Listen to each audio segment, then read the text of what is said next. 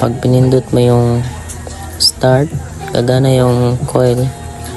Then pag inopen yung LSA, gagana yung valve 1. Then next yung LSB ay LS2, LS2, B3, B4, then B6 ang mabubuhay yung 100.01.00, 100.06, 100.01.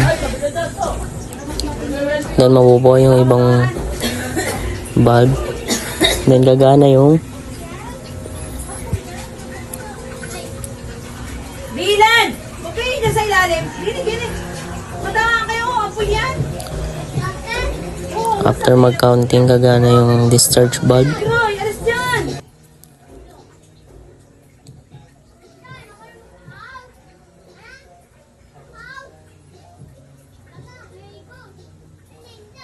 Counting is 60 seconds or 1 minute.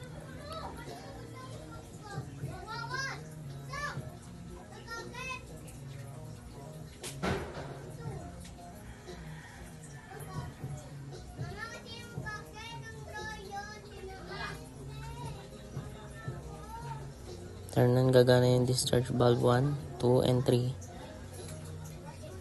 Then after next, gagana yung valve 7.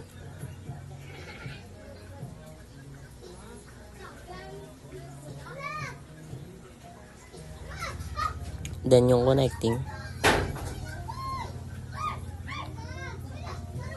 Then yung at last yung discharge valve.